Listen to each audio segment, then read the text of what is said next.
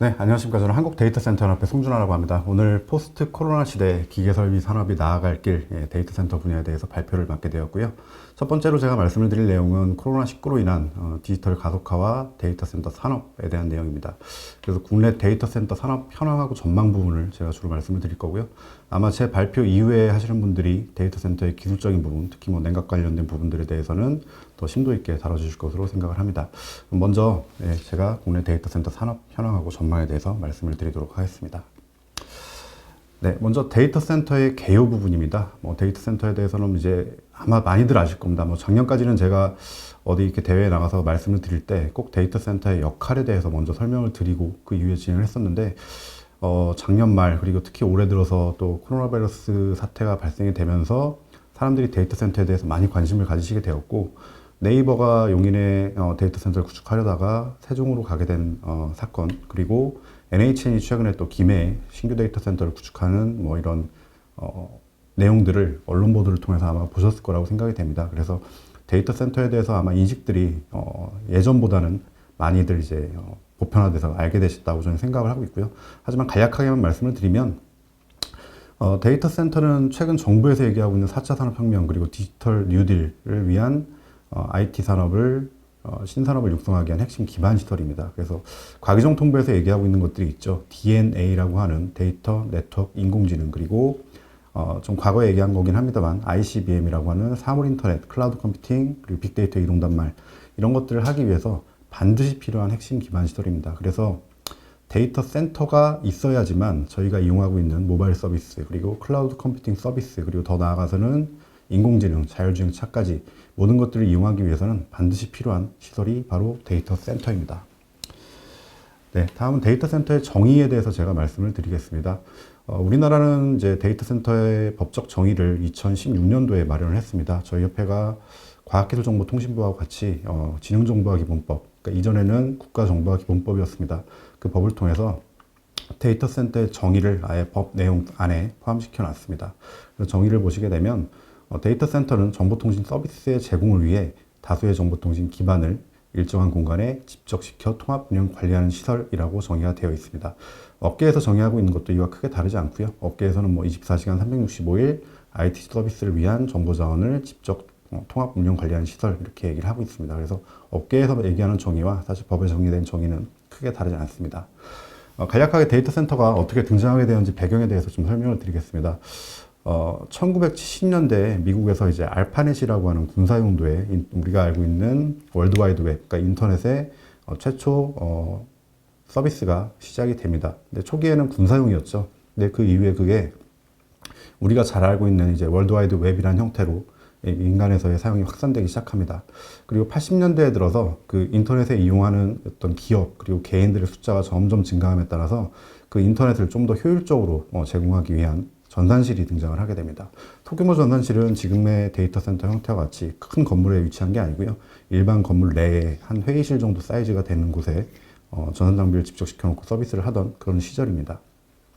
그 이후에 점차 또 인터넷에 대한 수요가 늘어나고 신규 서비스들이 발전함에 따라서 결국 이제 그런 전산실을 대형 건물 형태로 진화시킨 데이터 센터가 등장을 하게 됩니다. 그래서 우리나라에도 90년대 후반 정도부터 데이터 센터들이 생겨나기 시작했다고 보시면 될 것 같고요. 그리고 지금 이제 2000년대 들어서고 나서는 저희가 지금 널리 이용하고 있는 클라우드 컴퓨팅 서비스가 개발이 되고 보급이 되기 시작합니다. 그러면서 데이터 센터의 집적도가 더욱 올라가고 클라우드 컴퓨팅 서비스를 제공하기 위한 이제 또 글로벌 기업들이 지금 큰 성장을 거뒀죠. 아마존이라든지 마이크로소프트라든지 구글, 이런 것들이 자신들이 서비스하기 위한, 효율적으로 클라우드 컴퓨팅 서비스를 하기 위한 데이터 센터를 전 세계 곳곳에 구축을 하고 있고, 우리나라에도 지금 구축을 하고 있습니다. 현재까지 이렇게 데이터 센터들이 발전해 왔고요. 앞으로는 이제 하이퍼 스케일 데이터 센터라고 하는 지금 데이터 센터보다 조금 더 집적이 되고 큰 형태, 그리고 자율주행차들이 등장을 하게 되면 엣지 데이터 센터라고 하는 또 작은 데이터 센터들이 사용자 접점에서 군데군데 위치할 수 있는 그런 형태로 점점 진화해 나갈 것으로 예상을 하고 있습니다.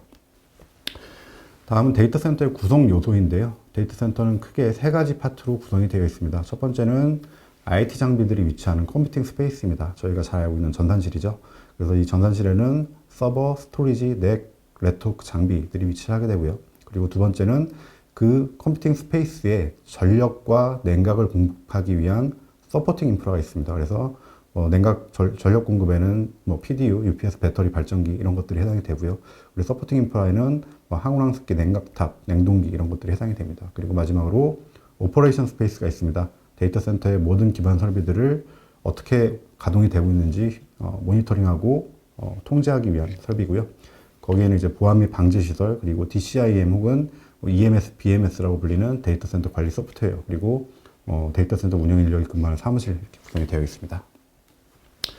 다음은 이제 데이터 센터에서 좀 중요한 몇 가지 개념들이 있습니다. 첫 번째는 가용성 등급이라고 하는 내용인데요. 티어에 대해서도 워낙 잘 알고 계실 거라고 생각이 됩니다. 티어는 이제 데이터 센터의 안정성 및 가용성을 평가하기 위한 지표고요. 기반 인프라 설치 수준에 따라서 레벨 1부터 레벨 4까지 구분이 되어 있습니다. 그리고 당연하게도 등급이 높을수록 데이터 센터의 신뢰도가 더 올라가게 됩니다. 하지만 티어 레벨이 올라가는 것은 데이터 센터의 신뢰도가 올라가지만 에너지 효율은 그만큼 떨어지게 됩니다. 왜냐하면 기반 설비의 대수가, 양이 그만큼 증가하기 때문에 그 기반 설비가 사용하는 에너지 양이 늘어나기 때문입니다. 그래서 사용자분들 혹은 데이터 센터 운영자분들은 데이터 센터를 구축하실 때 우리 센터의 운영 목적에 맞게 티어 레벨을 결정하고 거기에 맞게 설계 구축을 하시는 것이 상당히 중요합니다. 다음 또 중요한 개념으로 이제 데이터 센터 에너지 효율 지수라는 게 있습니다. 이 내용은 이제 PUE라고 해서 국제 표준으로 제정이 되어 있고요. 수식 자체는 상당히 간단합니다. 데이터 센터 에너지 총 소비량을 데이터 센터에서 순수하게 IT 장비가 쓰는 에너지 소비량으로 나눈 값입니다. 그래서 이 값은 숫자가 1에 가까울수록 에너지 효율이 좋음을 의미하고요. 1보다 낮게 나올 수는 없겠죠. 국내 데이터 센터 같은 경우 지금 현재 평균이 저희가 2016년에 조사했을 때 평균이 한 2 정도 나왔었고요. 협회에서 수행하고 있는 그린 데이터 센터 인증을 받은 데이터 센터가 한 20개 정도 됩니다. 그 20개 데이터 센터의 평균은 한 1.66 정도 나오고 있습니다. 그리고 최근 구축되는 최신 국내 데이터 센터들 같은 경우에 1.3대까지 효율을 개선했고 글로벌 탑티어 등급의 데이터 센터들은 심지어 1.1 아니면 1에 거의 가까운 PU를 나타내는 곳들도 있습니다. 앞서는 이제 데이터 센터 개념을 말씀드렸고요. 여기서부터는 데이터 센터 국내 현황, 얼마만큼의 데이터 센터가 지금 운영되고 있고 앞으로의 전망은 어떤지에 대한 부분입니다. 개수로 먼저 말씀을 드리면 2000년대에 우리나라 데이터 센터가 약 53개 정도 있었고요. 2019년 기준으로 158개로 연간 약 5.9% 정도 성장한 걸 볼 수가 있습니다. 그리고 운영 형태별 비중을 보시면 중앙지방정부 그리고 이제 정부 공공, 민간 비중이 거의 이제 동일하게 나타나는데 민간 비중이 아무래도 조금 더 높게 나타나고 있고요. 향후에도 민간 부분의 비중이 점차 더 늘어날 것으로 저희는 보고 있습니다. 다음은 이제 지역별 분포인데요. 국내 데이터 센터의 대부분은 네트워크 인프라의 우수성, 전력 인프라의 우수성, 그리고 IT 인력의 수급 이런 것들 때문에 수도권에 위치하고 있습니다. 전체 데이터 센터의 약 74.4%가 수도권에 위치를 하고 있고요. 앞으로도 이 수도권을 선호하는 현상은 당분간은 좀 지속이 될 것으로 보입니다. 하지만 수도권의 전력 수급 문제가 조금 아주 여유가 있는 상황은 아니라서 아마 한 5년 이후쯤이 되면 데이터 센터가 조금 지방으로 확산되지 않을까라고 저희는 조심스럽게 예측을 하고 있습니다. 국내 데이터 센터 분포에 대해서는 아마 참고삼아 보시면 될 것 같은데요. 보시면 되면 상면 기준입니다. 이거 앞에서 저희가 분포 지도로 말씀을 드린 거는 개수 기준이고요. 여기서 말씀드린 거는 상면 면적 기준인데 상면 면적 기준으로 보더라도 거의 90% 가까운 87.9%가 수도권에 위치를 하고 있고요. 상업용 데이터 센터로 한정하게 되면 그 비중이 더 올라가는 걸 보실 수가 있습니다. 그리고 건물 형태로 보시게 되면 전용 건물이 약 46.3%, 그리고 건물 소유로 보시게 되면 이제 자가 건물이 57.5% 이렇게 보실 수가 있습니다. 앞서는 이제 데이터 센터의 개수를 말씀을 드렸다면 지금부터는 이제 데이터 센터의 IT 전력 공급량, 크리티컬 IT 로드라고 얘기하는 부분을 가지고 말씀을 드리겠습니다. 이 부분이 사실 상당히 좀 놀라우실 수가 있는데요. 저희 협회에서 올해 초에 이 자료를 발간을 했고 지금 계속 업데이트를 해 나가고 있습니다. 근데 5월 달에 자료를 만들고 나서 지금 한 6개월 정도 지난 시점입니다면 이 숫자가 계속 좀 변하고 있습니다. 설명을 드리면 2000년에 보시면 오른쪽에 보시는 그래프에 2000년을 보시면 국내 IT 공급량이 한 36MW 정도 했습니다. 이거는 이제 상업용 데이터 센터만 가지고 말씀드리는 거고요. 근데 그 36MW가 346MW로 10배 증가하는데 20년이 걸렸습니다. 그리고 올해 말 기준으로 406MW 정도의 공급량을 가져가게 되고요. 이 406MW의 공급량이 800MW 이상으로 늘어나는데, 그러니까 2배로 늘어나는 데는 앞으로 단 5년밖에 걸리지 않을 것으로 예상을 하고 있습니다. 어마어마하게 빠른 속도로 지금 데이터 센터 산업이 성장을 하고 있고요. 그 이유는 왼쪽에 보시게 되면 2015년을 기점으로 글로벌 CSP, 그러니까 뭐 아마존, 마이크로소프트, 구글 이런 사업자들이 국내 시장에 진입하면서 데이터 센터를 상당히 많이 이용하기 시작했고요. 그리고 작년부터 올해 일어난 또 변화들이 클라우드에 대한 수요도 지속적으로 증대되고 있지만 데이터 센터 리치 기업이라고 하는 데이터 센터 부동산 투자 기업들의 국내 진입도 작년부터 일어난 사건입니다. 그래서 이런 사업자들이 시장에 신규 진입하면서 공급 물량을 확대해 나가고 있고요. 이런 신규 사업자들의 공급 물량이 확대돼서 최종 데이터 센터 구축이 완료되는 시점이 2023년 이후입니다. 그래서 그 이후가 되면 공급 물량이 상당히 폭발적으로 증가할 것으로 저희는 예측을 하고 있습니다.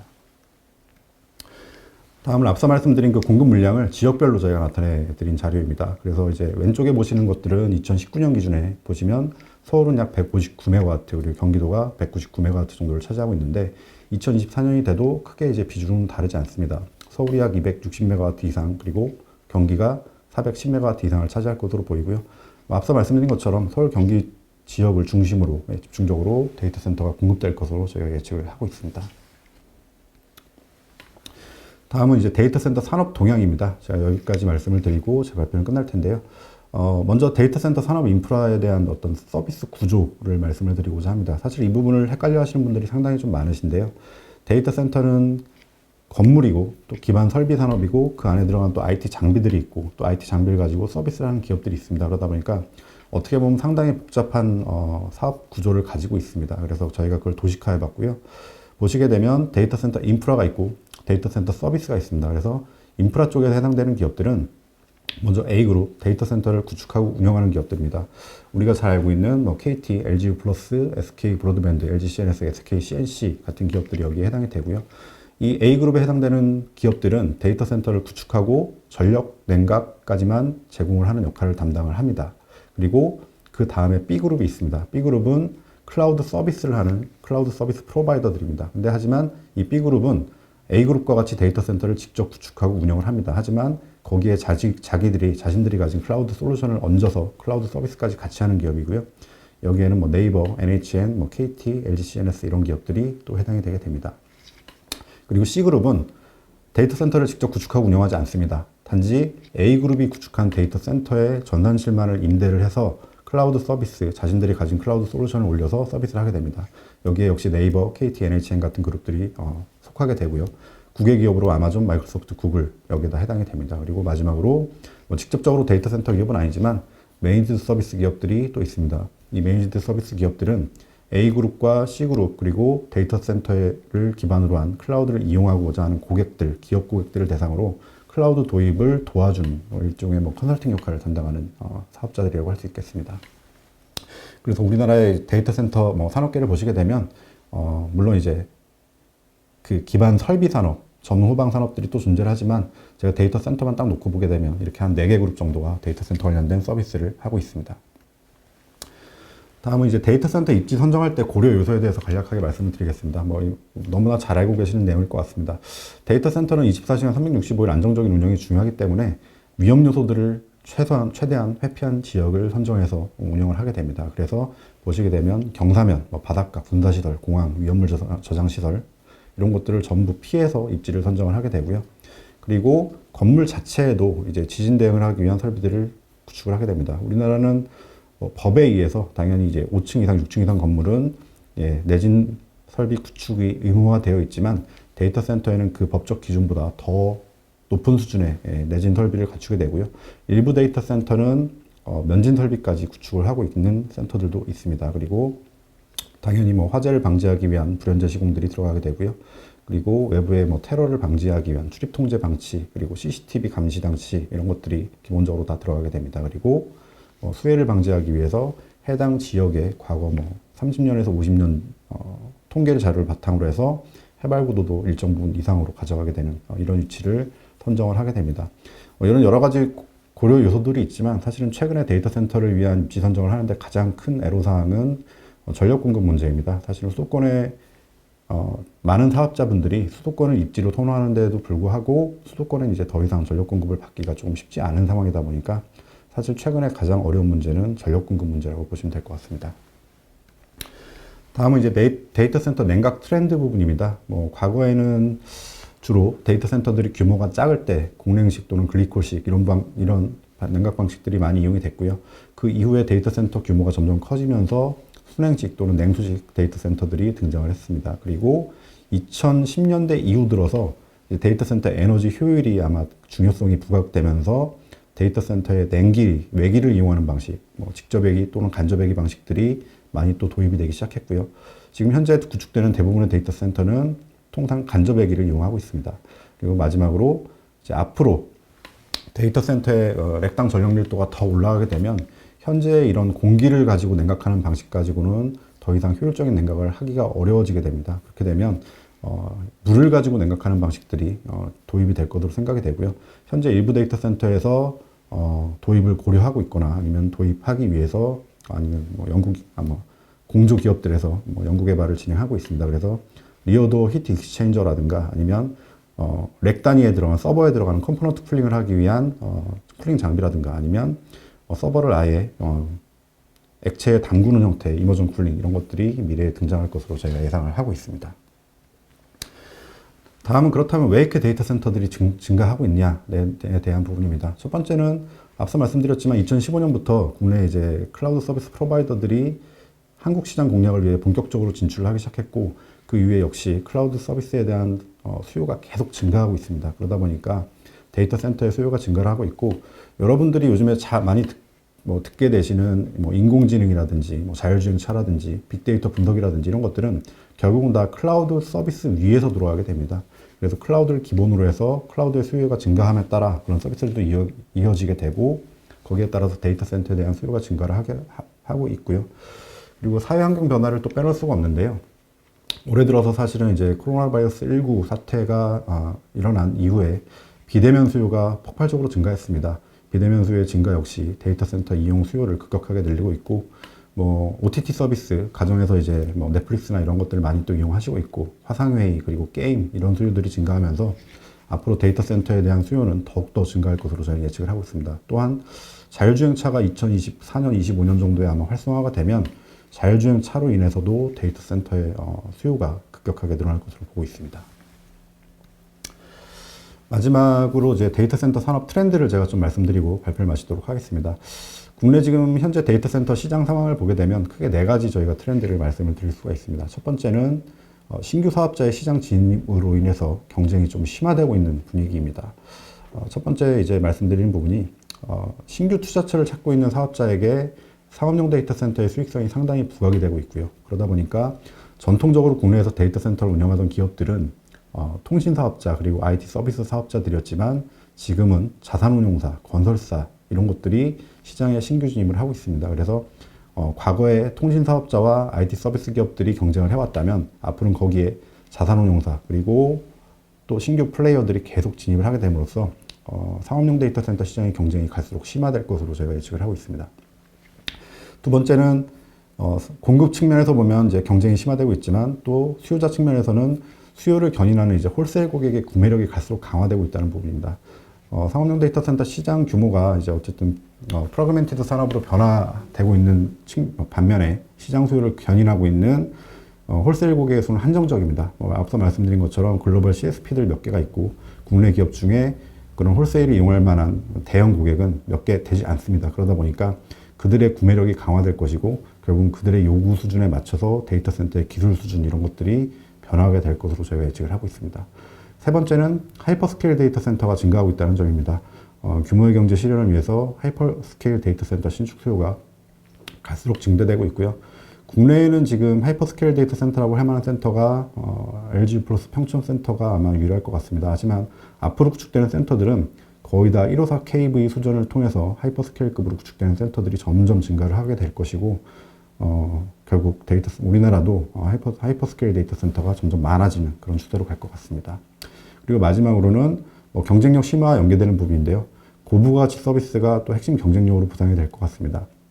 이 고부가가치 서비스라는 것은 단순히 데이터 센터 상면 임대를 하는 것뿐만이 아니라 상호 연결, 인터커넥션이라고 하는 부분, 그리고 데이터 센터의 운영 자동화를 통한 에너지 효율화 또는 운영 가용성 향상 이런 부분들이 결국은 이제 부가 서비스로 얹혀지면서 이런 것들이 데이터 센터 운영 사업자들의 핵심 경쟁 우위가 될 것으로 전망이 되고 있습니다. 네, 제 발표 여기까지 마쳤고요. 혹시 내용 중에 궁금하신 점이 있으시면 언제든지 저희 협회로 연락을 주시면 저희가 답변 드릴 수 있도록 하겠습니다. 네, 감사합니다.